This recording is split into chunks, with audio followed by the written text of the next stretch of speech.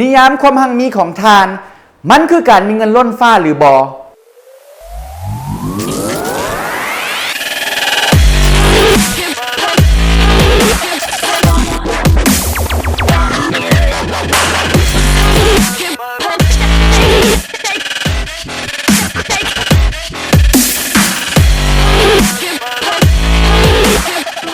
สบายดีท่านผู้ฟังที่เคารพรักและนับถือเป็นอย่างสูงมื้อนี้ครูเซงฮัสวรรค์แฮมานี้พร้อมกับรายการ Success Story เรื่องราวความสำเร็จขอมาแบ่งปันปื้มหูนึงที่เขียนว่า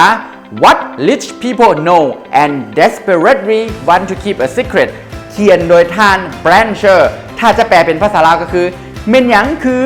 สิ่งที่คนรวยเขาฮู้และอยากจะเก็บไว้เป็นความลับความจริง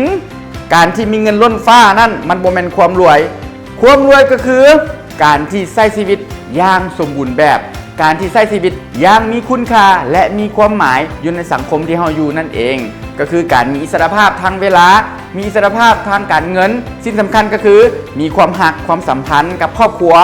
และคนอ้อมข้างอย่างสมบูรณ์แบบสามารถเฮ็ดงานอดิเรกได้อย่างมีประสิทธิภาพสามารถเฮ็ดเวียกเวลาใดก็ได้และสิ่งที่สำคัญก็คือจะต้องสร้างคุณค่าช่วยเหลือสังคมทุกๆรูปแบบได้นั่นเองนี่คือนิยามของคนรวยนี่คือนิยามของความสำเร็จนั่นเองสิ่งหนึ่งที่สำคัญก็คือในการก้าวไปสู่การสร้างความมั่งคั่งมีและการสร้างความสำเร็จนั้นแมนมีอยู่3ข้อพื้นฐานข้อที่1ก็คือ you หมายถึงตัวของเฮาเองข้อที่2ก็คือ your people องค์กรของพวกเฮาเองและข้อที่3ก็คือ your system ระบบของพวกเฮาเองข้อที่1แม่นสำคัญที่สุดการจะสร้างให้ตัวตนสร้างให้ตนเองเป็นคนที่มีประสิทธิภาพสูงสุดได้นั้นเขาต้องตั้งคำถามให้กับตนเองว่าข้อ1เขาเกิดมาเป็นเพื่อหยังข้อ2เป้าหมายสูงสุดของเขาแม่นหยังข้อ3ณปัจจุบันเขากำลังยืนอยู่จุดใดและอยากจะก้าวไปอยู่จุดใดถ้าท่านตอบ3คำถามนี้ได้อย่างชัดเจนแล้ว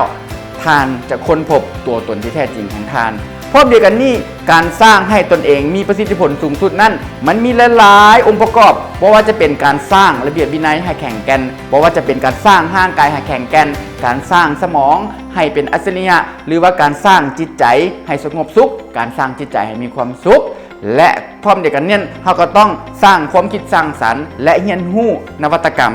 เทคโนโลยีใหม่ๆตลอดเวลานี่คือการพัฒนาตนเองว่าถึง your people ก็คือองค์กรของพวกเราแน่นอนถ้าเราว่าเป็นผู้นำเราต้องเป็นคนต้นแบบเราต้องเป็นคนที่ปลุกพลังและสร้างแรงบันดาลใจให้กับพนักงานทุกๆคน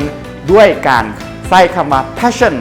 ถ้าทานเป็นคนที่มีแรงบันดาลใจและเป็นคนที่มีพลังแล้วองค์กรของพวกทานทุกๆคนก็จะมีพลังเหมือนกับทานนั่นเองและอันที่3ก็คือ your system ระบบแม่นสำคัญที่สุดโดยเฉพาะแม่นปัจจุบันยุคดิจิตอล 5.0 ยุคของหุ่นยนต์ยุคของ Internet of Things ยุคที่โลกทุกอย่างเชื่อมต่อกันด้วยทางอินเทอร์เน็ตนั้นเราจะต้องใช้เทคโนโลยีนวัตกรรมและสิ่งประดิษฐ์เข้าในองค์กรของเราอย่างมีประสิทธิภาพสูงสุดนั่นเองนั่นก็คือ3อย่างเคล็ดลับง่ายๆที่ครูเซงอยากจะแบ่งปันในมื้อนี้หวังว่าข้อมูลนี้คงจะเป็นประโยชน์ให้กับพวกท่านบ่หลายก็น้อยถ้าว่าพวกท่านคิดว่าข้อมูลนี้มันคักมันมีคุณค่ากรุณากดไลค์กดแชร์เพื่อให้ครูเซงได้มีกำลังใจในการสร้างคลิปต่อๆไปอีกด้วยขอขอบใจ